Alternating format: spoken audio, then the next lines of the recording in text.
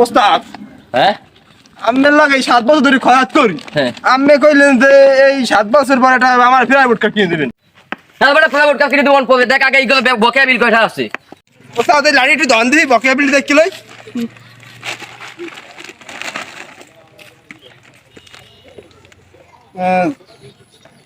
জামাইলের কত 35 টাকা বাকি।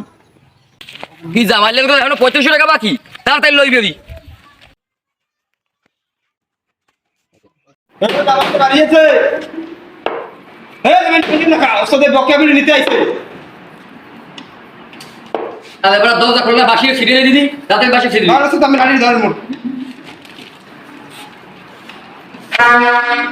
তুমি লিয়া বইয়া তোরা তোরা কি লেগাইছো তো ওরা খরচ দিতে রাজি ঘরে থামবে না পালা কি এটা অবস্থা যাইছে বকে 3 মাসে বকে বিল আছে এটা ওস্তাদের নেবে আর নিয়ে আইছে না আমাদের কোনো টাকা নাই আমি কোনো এই মাসে কোনো বকেয়া দিতে পারবো না ওস্তাদ আমি এক থেকে হুকুম দিয়ে আলার বরবাদ করে দিই দে